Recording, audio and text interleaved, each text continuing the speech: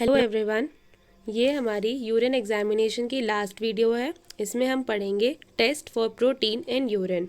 इसमें दो तरह के टेस्ट होते हैं, एक है क्वालिटेटिव टेस्ट, दूसरा है क्वांटिटेटिव टेस्ट। क्वालिटेटिव टेस्ट के अंदर क्या क्या आते हैं? Heat and acetic acid test, sulfosalicylic acid test, Heller's test और रिएजेंट स्ट्रिप टेस्ट। दूसरा है क्वांटिटेटिव टेस्ट। क्वांटिटेटिव टेस्ट में आएगा एस्बैक्स एल्ब्यूनोमीटर, दूसरा turbidimetric method. Heat and acetic acid test को हमें डीप में स्टडी करना है क्योंकि ये हमें परफॉर्म करना होता है लैब में। इसमें क्या होता है? Heat causes coagulation of protein. Heat की वजह से प्रोटीन जो है वो कोएगुलेट हो जाता है, उसकी वजह से हम अपना रिजल्ट लिखते हैं। ठीक है, इसका प्रोसीजर देख लेते हैं टेस्ट का।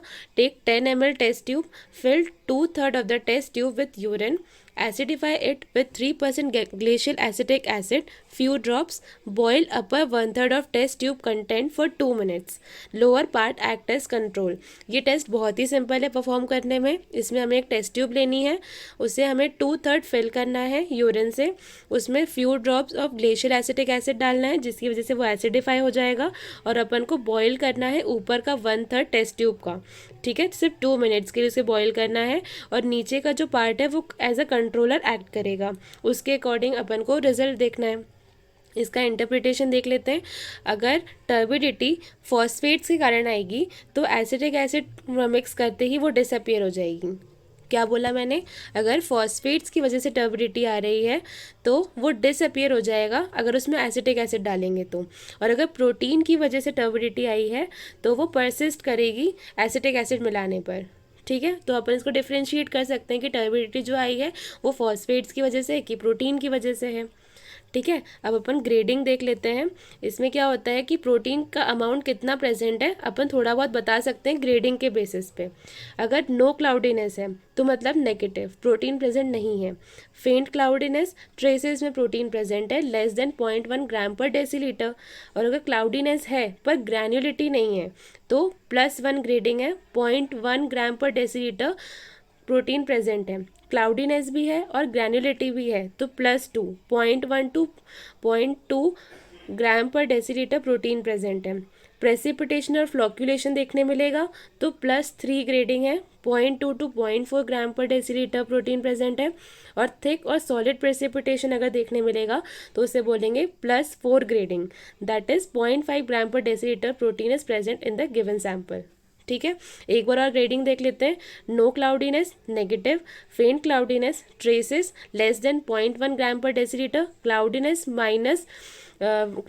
With no granularity +1, 0.1 gram per decilitre protein, cloudiness plus granularity +2, 0.1 to 0.2 gram per decilitre protein, precipitation and flocculation +3, 0.2 to 0.4 gram per decilitre protein, thick solid precipitation 0.5 +4, that is +4 grading, 0.5 gram per decilitre protein is present.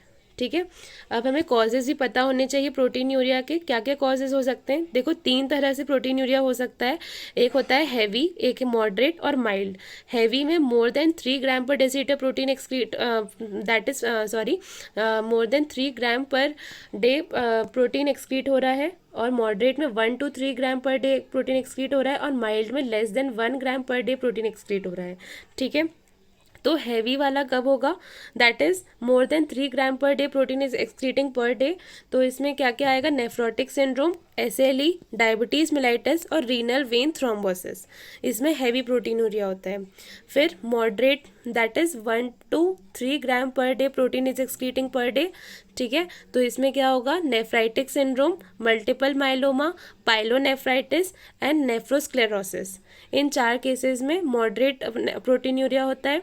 इसके अलावा mild देख लेते हैं। Mild कब होगा? Mild that is less than 1 gram per day protein से excreting.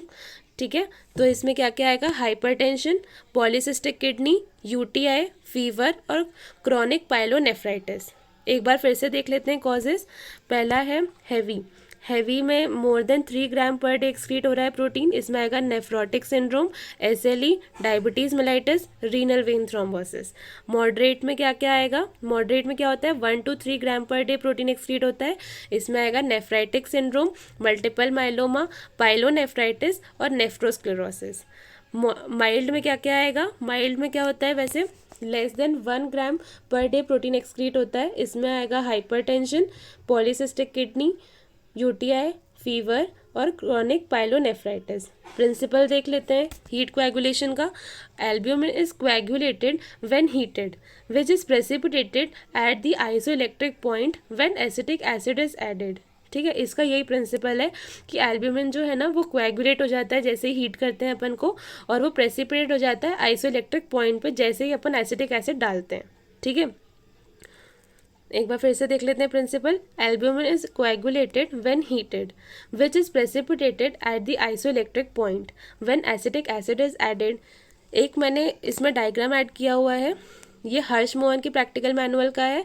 इसमें बताया है कि अपन को कैसे किस तरह से टेस्ट ट्यूब को हीट करना है। इसको देखो, इसने 2/3 यूरिन से फिल किया हुआ है और इसने अपर 1/3 को हीट किया है। नीचे वाला जो टेस्ट ट्यूब है वो हीट होगा ही नहीं, तो वो कंट्रोल की तरह एक्ट करेगा।